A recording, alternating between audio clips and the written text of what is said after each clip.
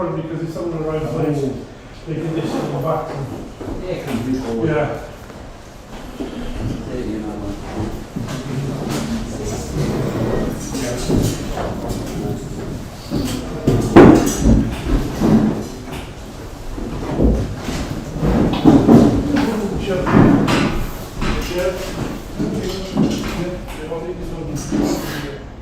Is it okay to take a picture of the plastic in there? Yeah. Are you okay with that? Yeah. Fine, it's not for me, I'm fine.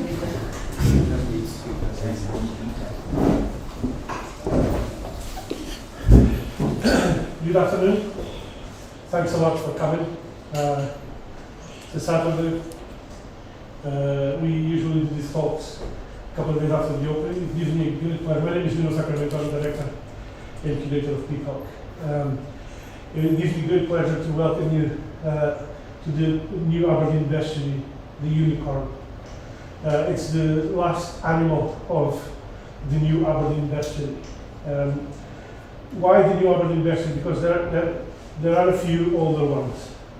The Aberdeen Bestiary is a 12th century manuscript that is housed in special collections here at Aberdeen University, and it's one of the most important documents in the collection. It was done by monks in the, I think, in the Northumbria region in the 1100s, and it's a book of beasts, and it's a Christian document. So it's accompanied by a number of texts that describe the perceptions and the etymology and the history of the animal according to Christian faith. In the 80s, Peacock was commissioned to do an Aberdeen Bestiary, and Paragon Press commissioned us and chose 5-6 artists. And we felt that during the pandemic that it would be a nice project to update this bestiary for the 21st century. Why? Because there are so many conversations now around ecology and the environment, and obviously animals as well as humans are a massive part of that. So we invited 7 artists from Portugal, Spain, France, England, and Scotland to bring their interpretation, to choose an animal and to bring their interpretation of that animal. So we're sitting here, surrounded by Sadie's work. We'll go into the work itself a little bit. It's going to be quite conversational because there's small groups, so if you have any question, feel free to interrupt. Jeff was asking me why is it repeated? Why is it a repetition? And I was saying to Jeff, because printmaking is a reproductive technique. So instead of doing a painting where you just basically concentrate, you get canvas or any type of support, and then you concentrate in making a kind of a unique artwork. With printmaking, you can make 30 or 40 or 100 or 1,000 of the same image. And there are variations, and we'll get into that. But I'm very curious, and I would like to ask Sadie, how did you guys meet? Because I worked with them about 40 odd years, 37 years ago, when the Cyrenians workshop at Blackfriars Street. And what was the Cyrenians workshop? It was, well, I was actually living in I had been homeless, but I just moved into which became Margaret House, but when I was staying there, it was a Cyrenians Women's Hospital. I just moved in there from being homeless, and this workshop was started for the homeless. So they were trying to get people and they couldn't, so they turned up at Margaret House looking for the Cyrenians as it was then, asking to get anybody. And one of the ladies says, "Oh, I think that lady Sadie likes, I'll ask her." So I went, and I learned how to screen printing, I learned how to do etching and everything. And I really liked it, and became quite good. But the first etching I did was quite funny. I did my gerbil, my pet gerbil, and as far as I'm concerned, it was my pet gerbil. But the man that ran the thing, he says, "Well, you can't call it gerbil." So he renamed it Field Mouse, and it sold to Aberdeen artists. Yeah. It's fun because I remember you telling the story about meeting, you know, the person that was your art teacher in Burundi. That was funny as well. I went to school in Inverurie, and this was another matter, but I was in the art gallery, and this teacher was there, and he says, hello, and he looks at me, he says, what are you doing here? And he says, what do you mean? He says, what are you doing here? He said, my work's on the walls. He wouldn't believe me. Then he says, when you did art at school, you never did any good stuff. You never did and stuff. And I says, yeah, but all you ever did was stick this big wine bottle in front of me, a bowl of fruit and a wine bottle. And it says, if alcohol is a family problem and causes trouble, you go to school to get away from alcohol, not see wine bottles. Very good. Tell me, how was it to, after 37 years, collaborate with John? It was good fun and I liked it millions. So the process of doing this, you've been working for like the last maybe 6 months, 5 months? Or? Yeah, How's that been? Is it once a week you come in and... once, sometimes twice, depending. If whatever suited him, because I would just like art, I would do anything. Very good. I'm going to ask Joe a couple of questions as well. You know, like tell us a little bit about your story as well, Joe. Your accent is not an Aberdeen accent. Well, as Sadie recited, she was at the women's hostel and she found out about Cyrenians, which David Jackson called Dosscraft, because it was for dossers as well. Street people were called dossers in those days. You dossed on the street. And I was a young artist out of South Africa. I'm originally from Cape Town, South Africa. I'm a first generation African of British immigrant parents. I come from the history of being raised and born under apartheid. So I was quite knowledgeable about people being discriminated against, etc. Anyway, I ended up going to Aberdeen in exile after completing my art tuition and majoring in printmaking. And I happened to come across Peacock, and it was like a Shangri-La for me. The equipment and everything, it was incredible. So I embarked upon practicing to study further my skills as a printmaker within the professional arena. However, I met David Jackson and I heard about Dosscraft, and I was very interested in that because coming from South Africa, I was very involved as a student within black art making and facilitation and assisting artists in the community, which were largely marginalized being black and apartheid.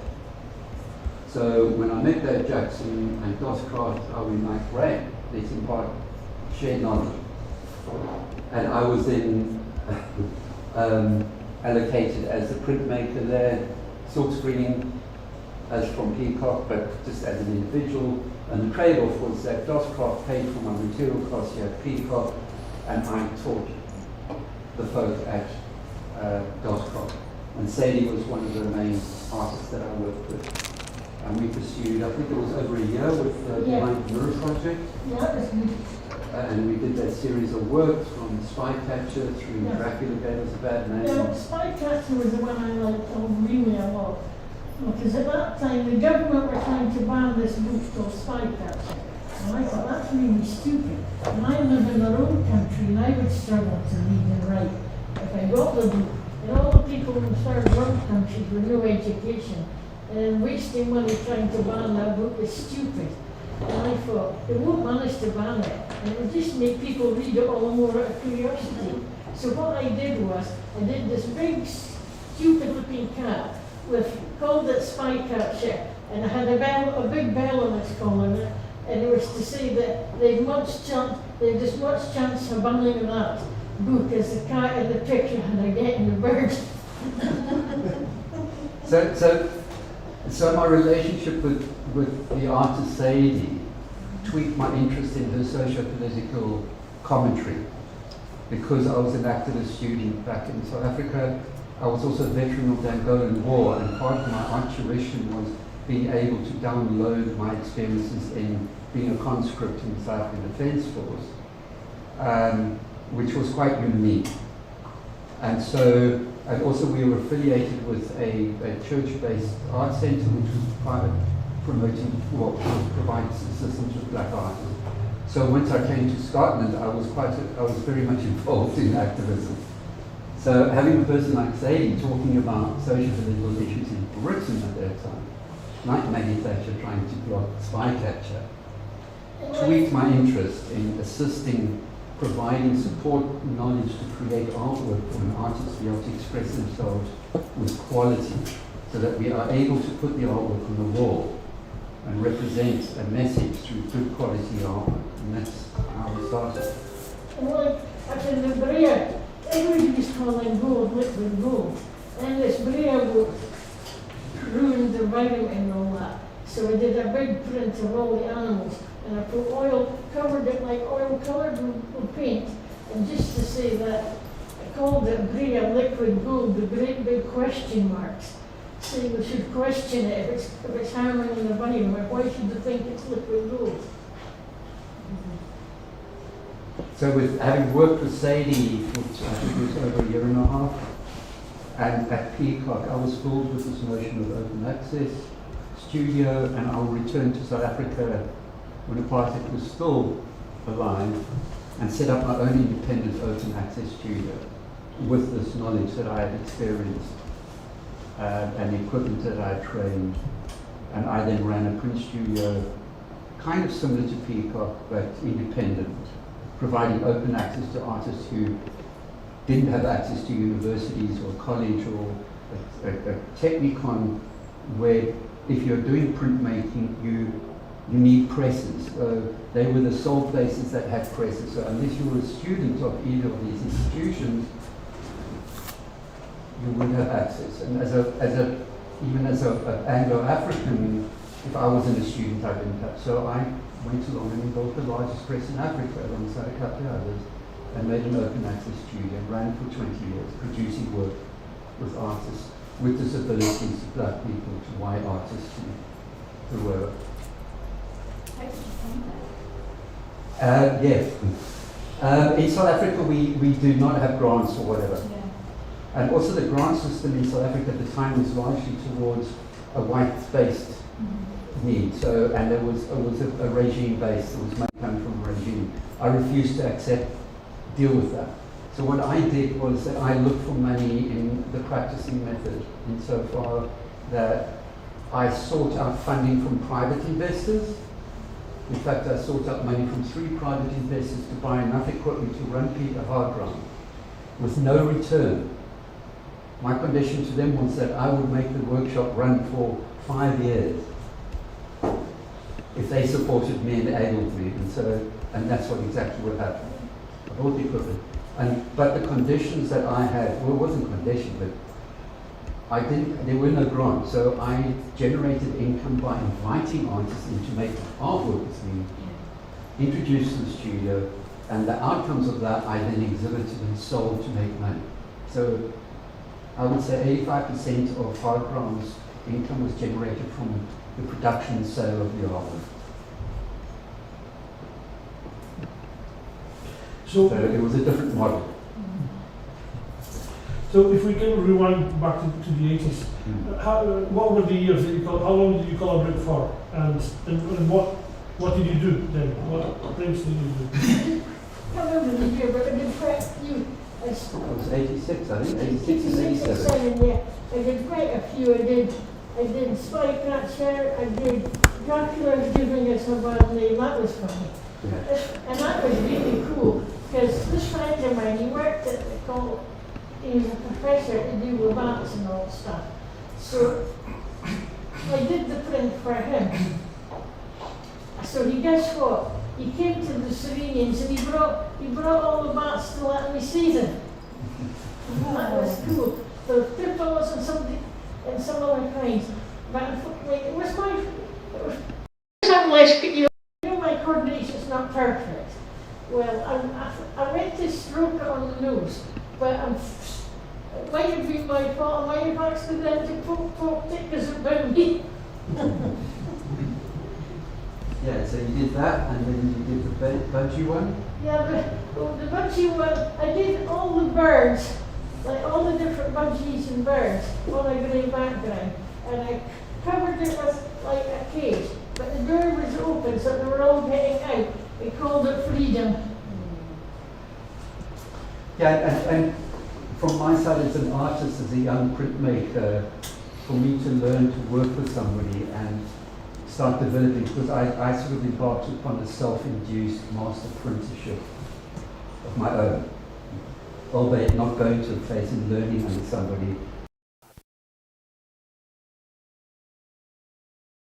I was learning skills on how to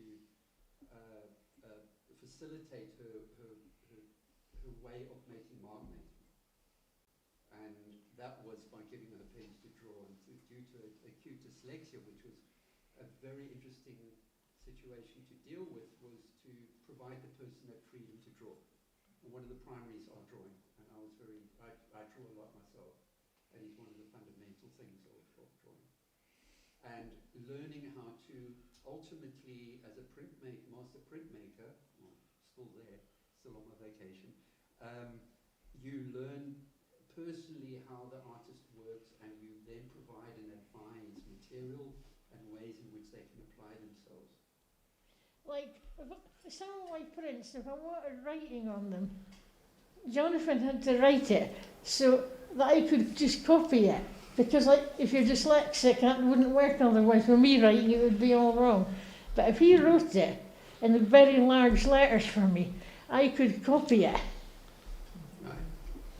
So how does it work? So like, how does your collaboration work? So you say, let's meet on a Wednesday at 10 a.m.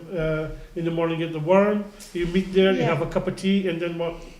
You know, how do you start making a print? We planned what we wanted to do, so we just start doing it. Once we've worked out what we want, we just started having a go to see what we can get. And so you make a drawing for it? Yeah, mostly I do rough sketches first. Yeah, we work through a whole bunch of sketches and play around with the imagery. And a find out. A lot of the work is also done on transparent paper, isn't it? Yeah, like the transparent paper where you can, for going on the print thing. Yeah, so we can transfer it directly onto screen. So the whole idea is instead of drawing onto paper and then scanning it, we actually established this technique, which I've used numerous times and I use myself, is by applying onto a film called mylar. It's a plastic film with a grain on it, and it's wonderful to draw with crayon or graphite inks.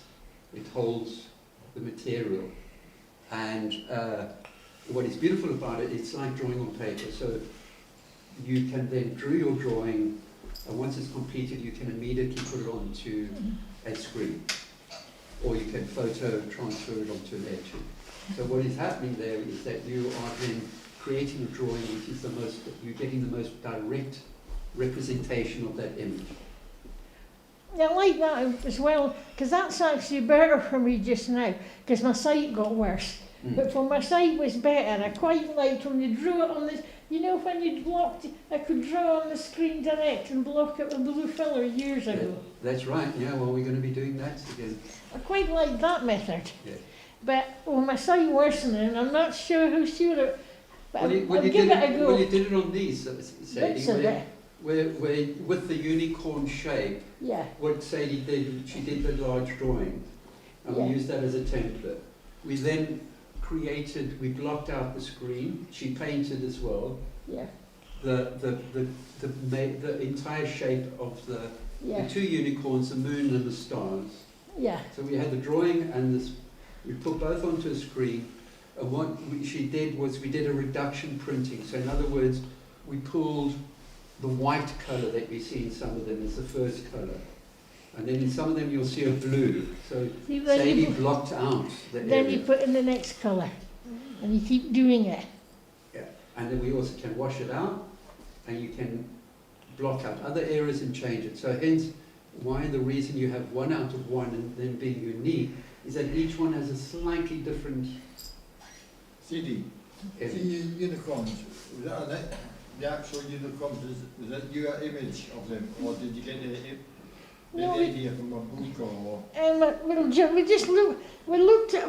We looked online at a few images, and I just mixed them, picked what I wanted, and mixed. So there's bits out of.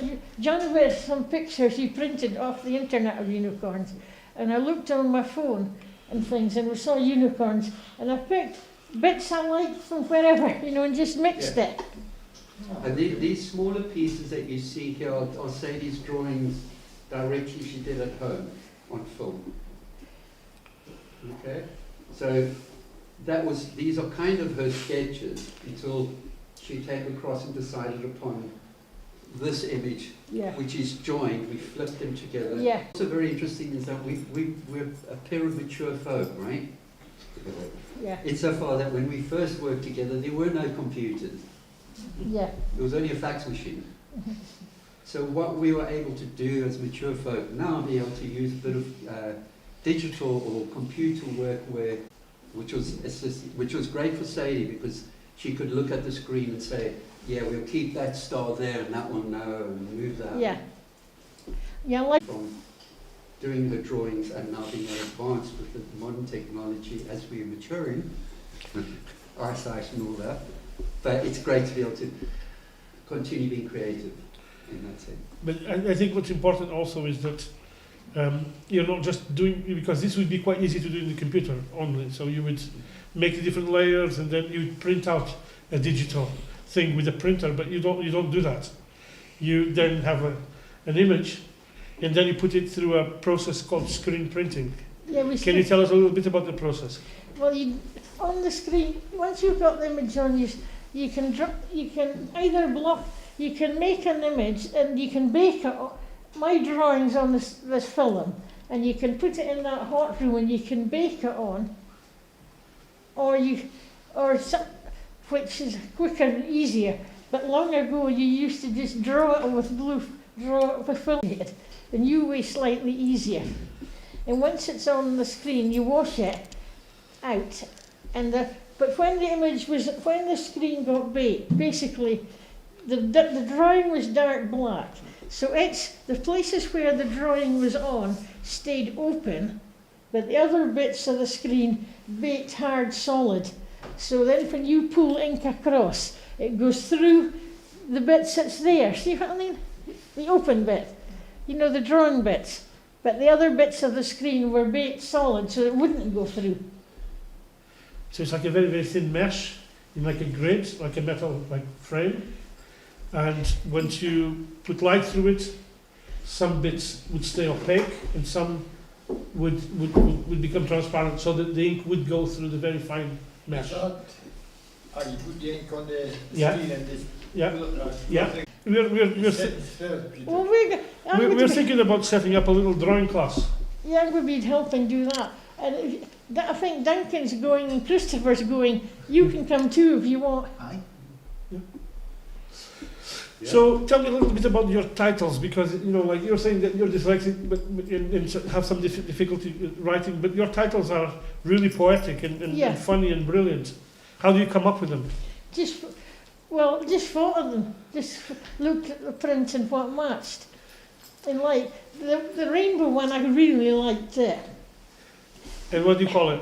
I called it Pride Unicorn, because to say the art's for every single body, and lots of people who are gay and that think they're not included in stuff, and I want them to know that as far as I'm concerned, they're the same as everybody else and they're included if they want to be. So I did that, and also, so I figured give it that. Fine, we're going back and forth with time. We can do that. You did an exhibition called Behind the Mirror that was not only at the art gallery, but it actually travelled across Scotland to some very important places. What was that about? That was the aim of that was people always thought of homeless people like they can't do stuff. So it was a behind the mirror saying I'll look at the homeless and showing that we could do art and do stuff. Make them think Because people's idea of homeless was people sitting on the street drinking and stuff. So we wanted to make people think. I mean, I've been homeless. And people's idea that they all drink. I never drink. I certainly haven't been drunk and don't drink or do drugs. But they just assume that the homeless people do that. Well, they used to. No.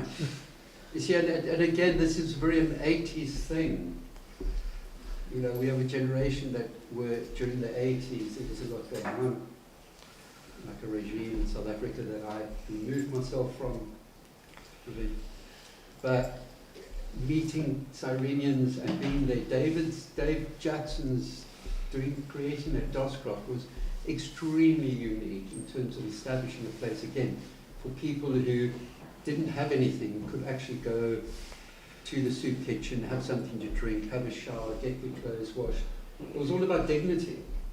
And then being able to come into Doscroft and make work within the period of time before they start getting the shakes and needing to go and drink or take drugs or disappear or whatever. But what David did was phenomenal, and for me that was really important as well, because it enabled me to see people with disabilities or situations in this country in comparison to what I knew in South Africa. And the power of that artwork that was produced for Behind the Mirror, that support for people and respecting people and assisting them, because there was Mary Scott, who was a co-worker of ours. Yeah. She ran the painting and drawing. Yeah. She was lovely. So it was myself doing the printmaking and Mary Scott was doing the painting. But Dave Jackson's philosophy of enabling people to have time out, making art and caring about it, and then putting this exhibition on and promoting it was remarkable. And also he generated money from that, which also made an impact on me and going, well, wow, you can make money if you're motivated and you ensure the quality and you care about the people and the material you use. It was very much also about quality and professionalism. And, Yeah. and this is why it was actually shown in the art gallery, because as you will know, the art gallery, they're quite selective about what they choose to show in there. And so this whole journey was just basically equipping these artists who are now practicing still 40 years later, nearly, with the tools to be professional and rigorous. And I think that's very, very important. But what happened then? Then you stopped collaborating. The workshop wrapped up, or No, then it closed. It wasn't so. It was just one room in the new place, and it wasn't so good, and it closed. and Jono wasn't there anymore. No. I went back to South Africa and set up my own print studio based upon what I learned here. So it went for a while. It did go for a while in Summer Street, then it closed. But I used this information when I was raising funds to raise capital to buy equipment. I took photographs of Doscroft and Peacock, well, slides, and I had booklets from Dave, the Behind the Mirror booklet, etc. as information. So when I went back to South Africa, I'd already thought of people who had money and that I knew in South Africa.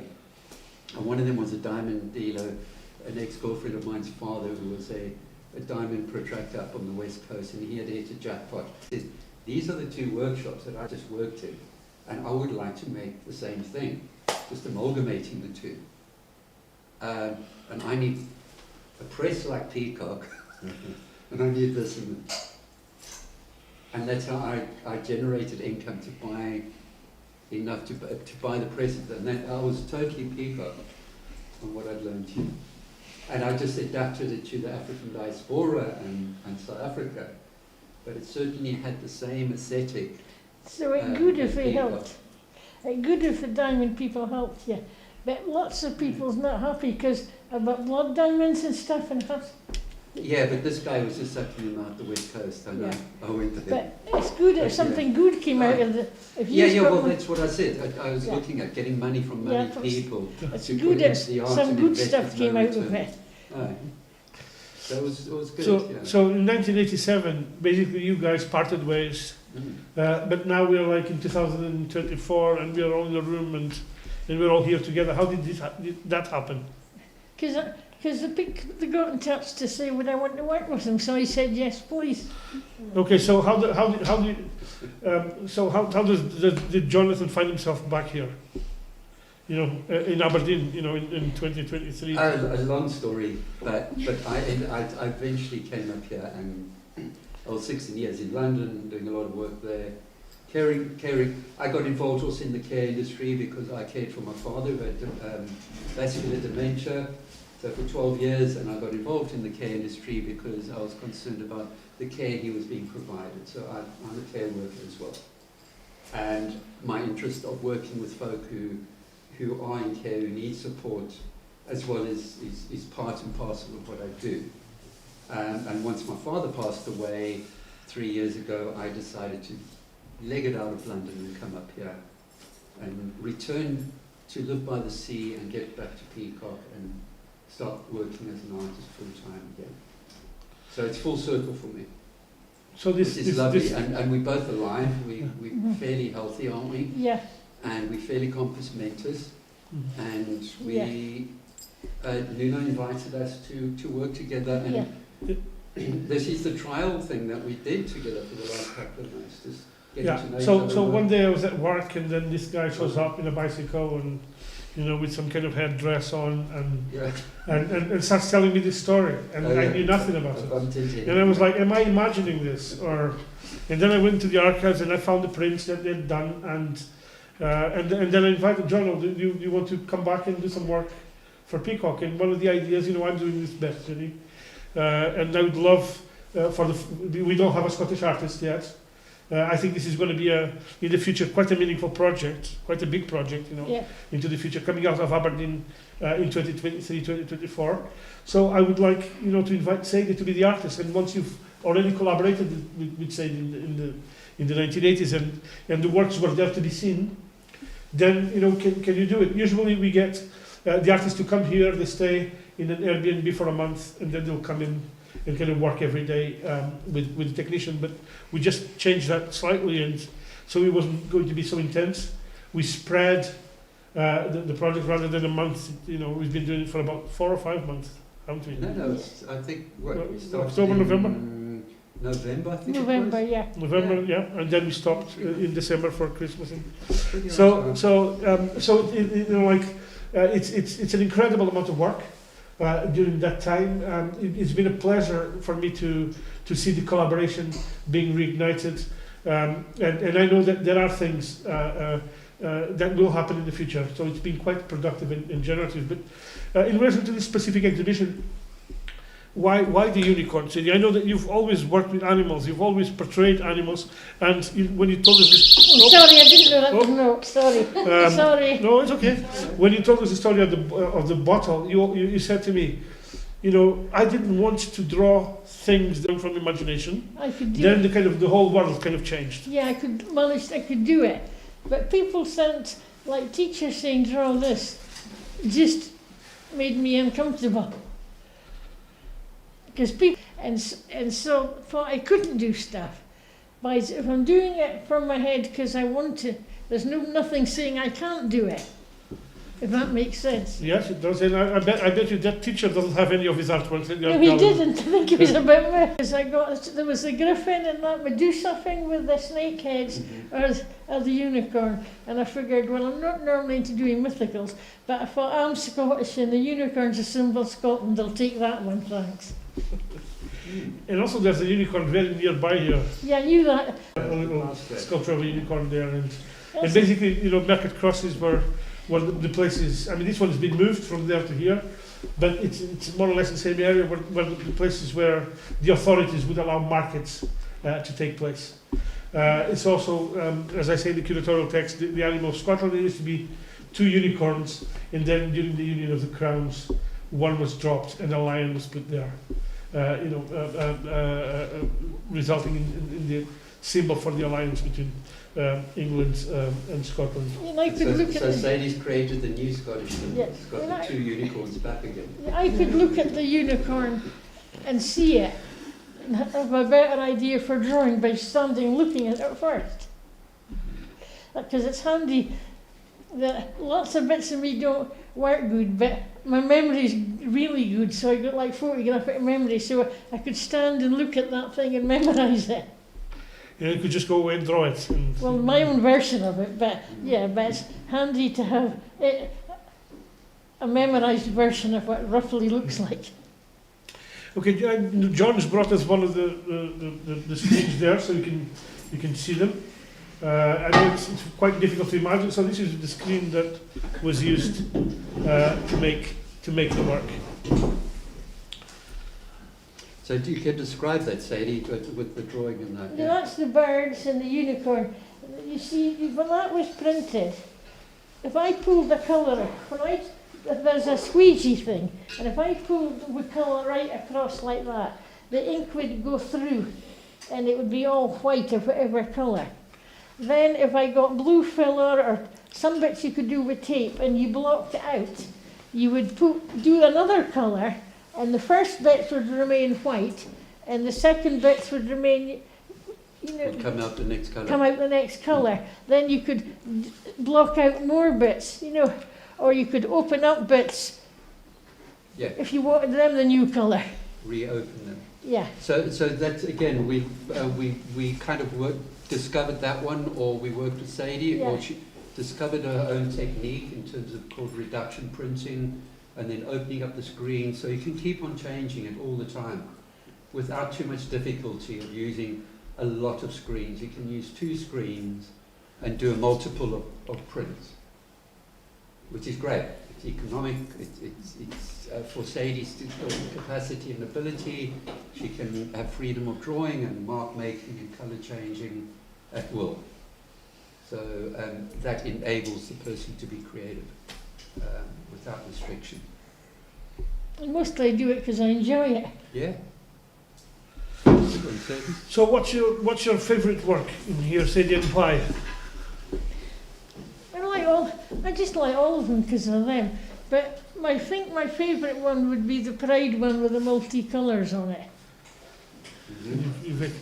Yeah. Yeah, the multicoloured one. Or that multicoloured one with the gold as well. So tell us a little bit what's going on there in the picture.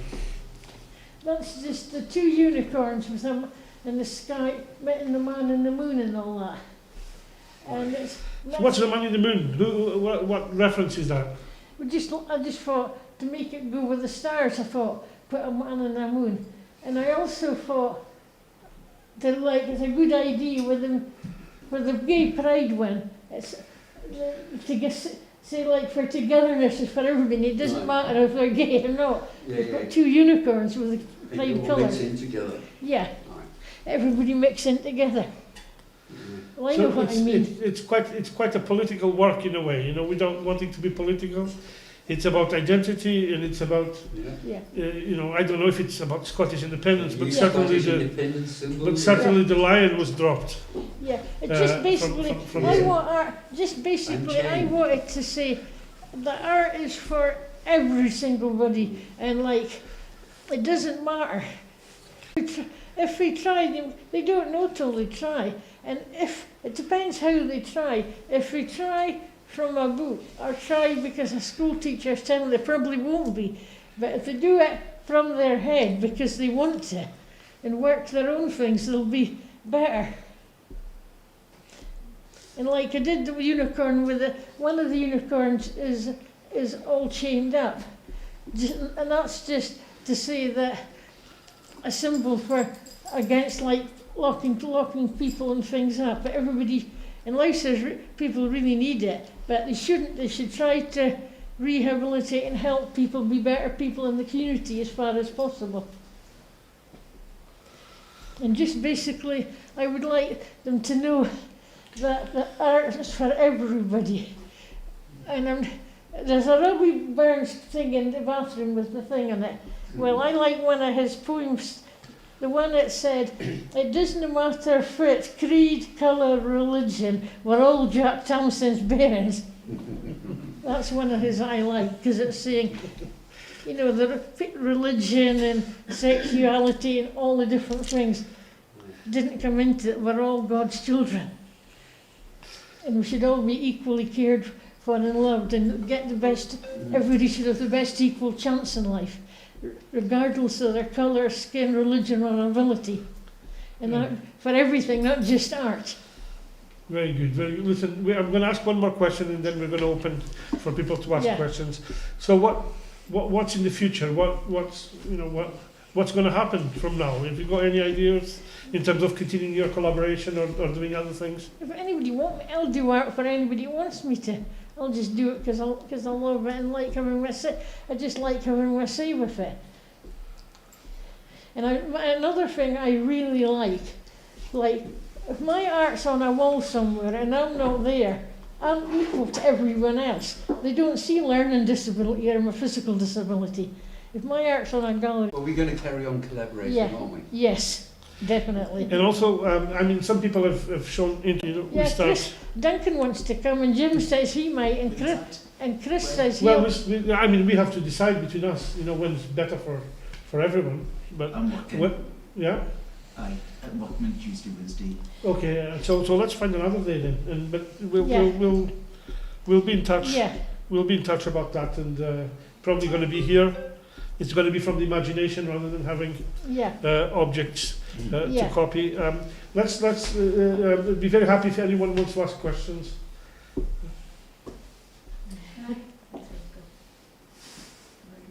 Can I ask why the star between the unicorn legs became red compared to the ones? I feel like there might be a story to that red. We left it in different colours. We just tried just tried out the different ones.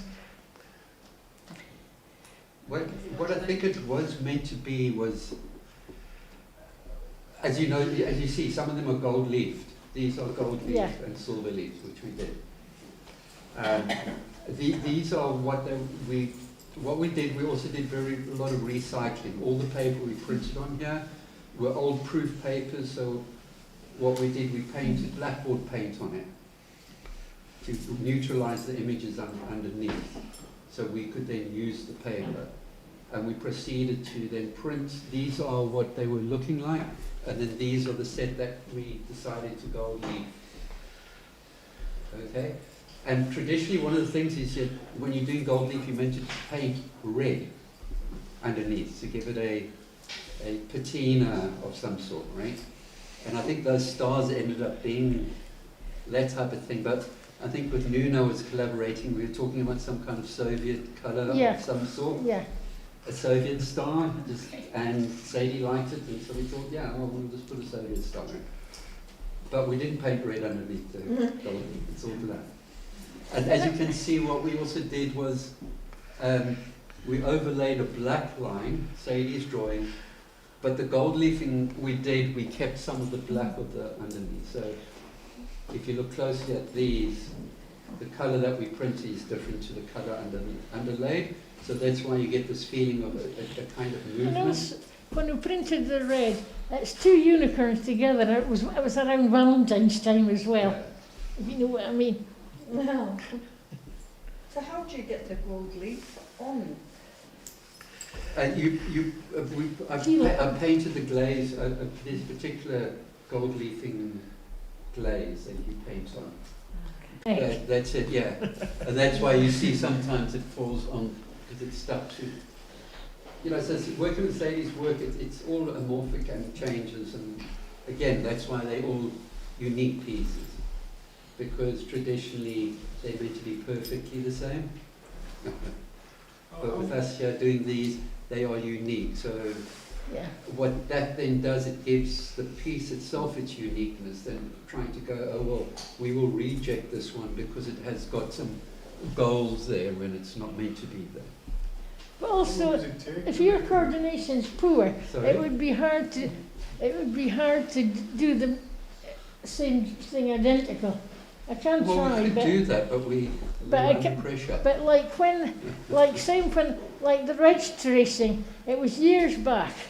There was nobody around, so I needed something registered. It was a good feeling when I managed it, but because my coordination's poor, and Jonathan did it this time, but it took me about 2.5 hours, but it was a great feeling when I eventually managed it.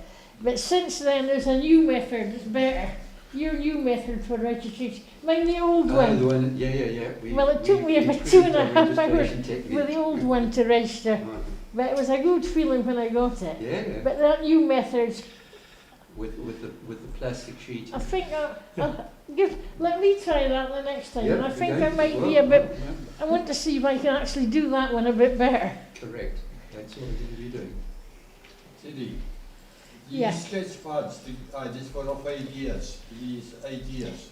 Well, I have done, but at Peacocks you mostly do it on just rough newsprint because there's okay. plenty of it and it's cheaper.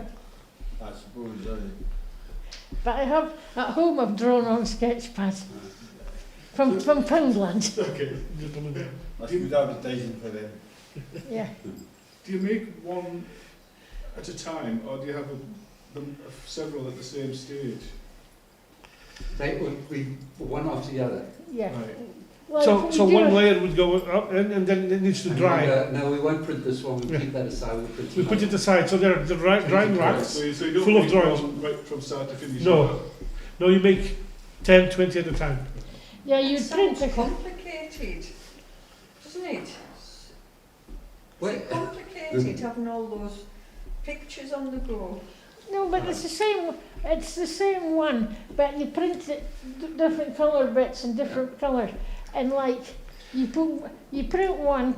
It's basically if you've mixed up a colour, obviously you would go and you put all that colour on in one run, and however many you wanted. Then Hey, Sadie, what happens if you do a mistake? How do you get rid of it? well, if it depends where you make the mistake. If I was on the if it was on the screen, you could wash it out. Right. You could wash it out. And re-expose the screen. Yeah, you could wash it out and change it. But if you print a colour that you don't like, what do you do then? Well, it depends what colour it was. If it was a very, very dark colour, it might be hard. But, because you can only, but if it was a light enough colour, you just print a colour over it. But if it was black or something, you'd be pretty stuck. Correct. Hence, and that's a very good observation of Sadie's, because we printed white onto black here. Yeah. And you'll see some of them are slightly darker than others, because we double printed the white to make it more opaque. So with some of them you've got the black of the paper coming through, which creates a grey. So again, that's how we were playing with colour, or how you can play with colour. So these guys, they don't wait around. When they're collaborating, they're not kind of spending a lot of time just looking at the thing. They're basically working the whole time. That's why it's got to be intense, a couple of hours at a time, then you rest for a week. So basically they produced over 100 works for the exhibition. These ones are going to go to the art gallery on the 8th of June. Opens an exhibition with the whole of the animals of the bestiary, the 7 animals at the art gallery. So, but the work is also for sale. Yeah. So what we also did was a series of, these are Sadie's drawing. Okay, we did a series and to choose which one was going to be the major one place. So Sadie did these, and what we also did, we experimented with use of colour and form, right? Yeah. To find out what works and what Sadie likes and etc. Okay, so this is kind of the same image, just printed in different colours and different background. Okay, and also we did this size because this is what we're going to start collaborating on, producing works of this format size, which is easier accessible for Sadie to be able to print and work on. And also for people to acquire. And then we did a nice gold leaf one. Again, experimented with gold leaf. So this is working with silvering onto a matte black. So what's happening here? You're mentioning this one with the... That's a unicorn, because there was pictures, quite often in books and things, you see pictures of unicorns all chained up. So that's why we did that with the chains. Just because you often see that. But really, Right. I would prefer to say that things should be free, and not. It's a statement really that not just unicorns. Things shouldn't be really animals, people, whatever shouldn't be chained up. It's more a freedom sort of thing. That's why these two have no change around the Yeah, neck. yeah. Right. So Sadie did a series. We've got a series of 4 different drawings by her, which we will develop into then a portfolio print, essentially. So they're just behind that wall, so you see them on the way out. They cost £50 each. They're up for sale. Any other questions? Were you going to say something? But yes, if you notice, there are some images on here which are apparent in these. I don't know if you could you notice any of them. There's Man in the Moon. 2 images that we took from here and placed onto. Yeah. What do you remember which one they were? Sadie? Yeah, like the Mans and the Moons on them, most of quite a lot of the prints, and some of the stars and things. There you go. So you see what we did when we talk about using modern technology as mature people now, which we didn't have back in the day. We could use the computer by cutting and pasting them and developing an image, which is great, again, for Sadie or people with disability in terms of drawing. You can play around with that type of thing. Yeah. I was going to say, Sadie, so I love the unicorn and I love the symbolism of it, and I love the fact that it's a mythical animal. Yeah. And I often think of sort of mythical and then supernatural and then superpower. Yeah. What is your superpower? Don't know, I just like art and thinking my most enjoying thing is like being able to do things with art and express myself. I like being able to have my say and express myself with art. Yeah. And art, like as I say, if I'm in a gallery wall, they don't see disability. Yeah. So art gives me choices. Yeah. So it's maybe more a human power than a superpower. Yeah, but yeah. It's both incredible, but it's also very humble and human. Which is amazing. And I'm mostly, I mean, lots of things I'm hopeless at and not good at because I'm me, but heaps of people have helped me with stuff. And like, I can sell art and do stuff to help people. Like I've got a great lot of art. It's down in Edinburgh, and Sonia's got it for the Scottish Assembly for Disabled, and she's going to be getting somebody to help her with a gallery, and they're going to auction it, and we're going to give every penny to the disaster people, like earthquakes and floods and all that disasters. We're going to be sure. So Barry said open book would be that open book to check. That's real. They don't take any money, which is nice of the open book. The people that distribute Bibles and leaflets and all that in other countries, they don't take any money for their fees and all that. So I will give them some of it, but they won't be getting all, because we're trying to find another charity which has the same thing, that they don't take money for fees, they give all the money. But I'm okay with telling people, but isn't it better that you provide their foods and their clothes and the other stuff first? Then they might respect you and choose to listen to you about the Bible. But if you're just giving them holy tracts and books and that, and they're starving, they wouldn't be very impressed. So and I will give, because I'm a member of the church, that people that he said distribute Bibles and help people, I will give them some of it. But we're looking for some other charities which don't use money for their own shop and fees, give all the money to the needy. Artists in need, I think. Yeah, and I would give the money to them, buy food or fix people's do different, like Smile Charity, for instance, and different charities. I mean, I don't agree with they've got forced marriages and all that stuff in some of the countries, but I can't change that. And they get dowries and stuff. I can't change any of that stuff. But if I often provide money to Smile Train, if I get one child face fixed to look normal, because they treat them like, people might think they're witchcraft and all sorts, and they hide them in their houses and all that. So I quite often try and put money to smile train, because if we fix their faces and make them normal, that's better for them. And then they might still manage to get married or whatever in the future.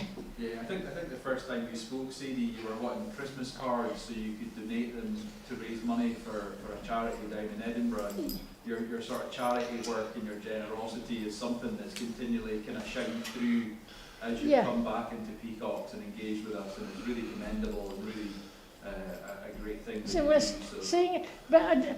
I do believe in God, and I'm a member of the church. But like Open Doors, that's the charity that give out Bibles and all that. It's called Open Doors. And Barry was saying that they don't take any money for themselves, but for giving the money to Open Doors. I'll give them some, but it's more important that, because they can't eat the Bible or drink it, they need food and water first. Very good. Any other questions before we just wrap up?